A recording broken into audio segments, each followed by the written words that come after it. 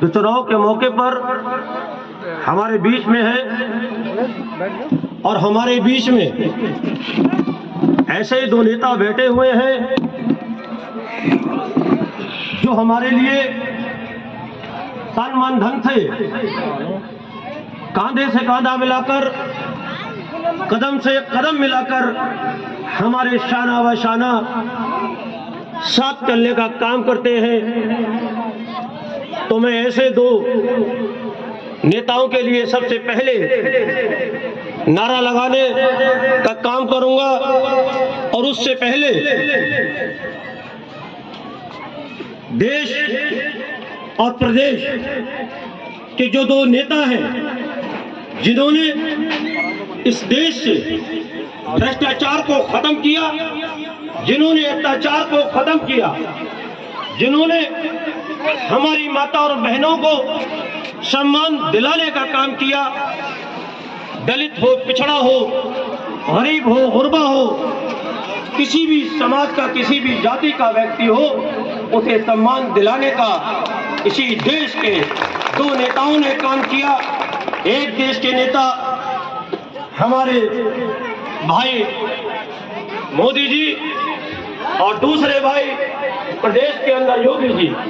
तो मैं अपनी बात को शुरू करने से पहले इन दो नेताओं के लिए नारा लगाऊंगा, भारतीय जनता पार्टी के लिए नारा लगाऊंगा और आपके जो दो नेता हरदिल अजीज आपके सामने बैठे हैं, इन दोनों के लिए नारा लगाऊंगा। उसके बाद ही अपनी बात को यहाँ से शुरू करूंगा। तो मैं कहूंगा कि भारतीय जनता पार्टी, आप कहेंगे जिंदाबाद जिंदाबाद। मैं कहूंगा माननीय मोदी जी, माननीय योगी जी जिंदाबाद, आप कहेंगे जिंदाबाद जिंदाबाद। मैं कहूंगा माननीय सांसद जी, माननीय विधायक जी जिंदाबाद, आप कहेंगे जिंदाबाद जिंदाबाद।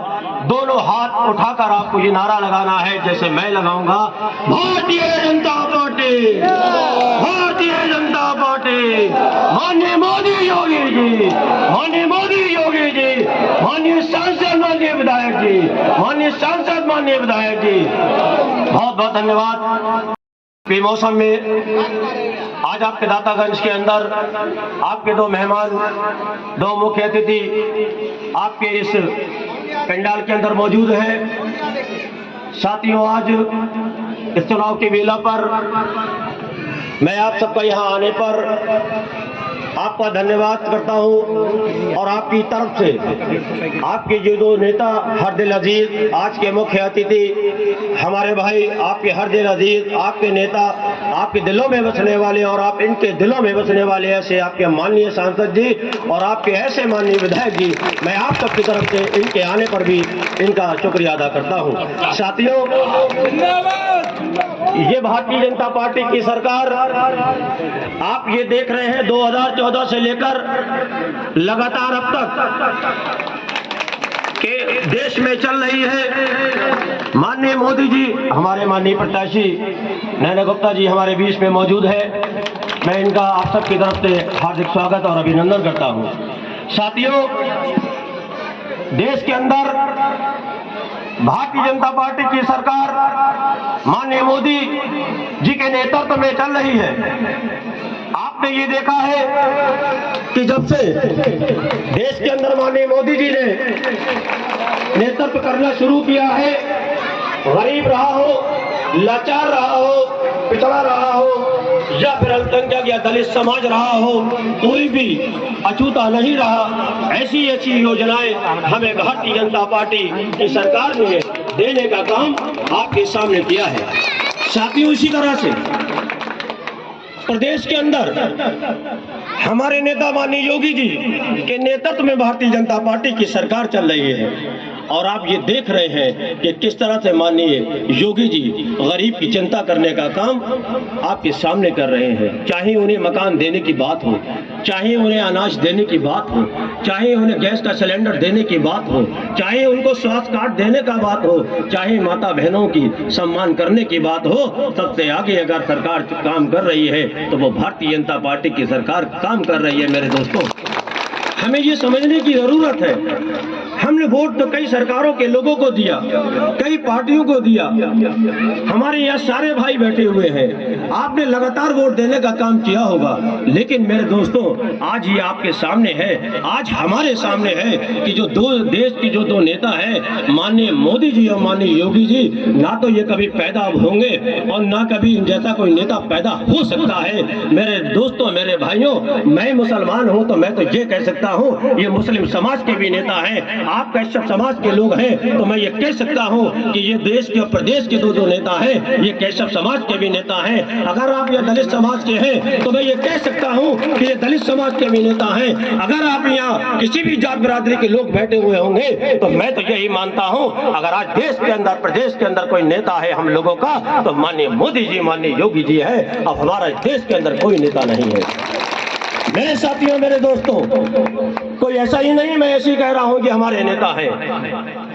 अरे वो हमारी फिक्र कर रहे हैं, वो ये देख रहे हैं कि समाज के अंदर कौन भूखा है तो अनाज देने का काम कर रहे हैं। वो ये देख रहे हैं कि किस घर के अंदर अंधेरा है तो वहां पे बिजली का मीटर देने का काम कर रहे हैं। वो ये देख रहे हैं कि किस घर के अंदर बीमारी सबसे ज्यादा है और कौन बीमारी में लाचार है तो वो स्वास्थ्य कार्ड देने का काम कर रहे हैं। वो ये देख रहे हैं कि किसी पट्टों की जमीन चाहिए, वो ये देख रहे हैं कि किसी हरियाली चाहिए। इसीलिए आज माननीय मोदी, माननीय योगी जी देश के अंदर दिन रात हम लोगों के लिए काम करने के लिए निकले हुए। मेरे दोस्तों, आज मैं ज्यादा बात तो नहीं कहूंगा, आपके दो नेता यहाँ बैठे हैं, आज हम सबका मार्गदर्शन यही करेंगे।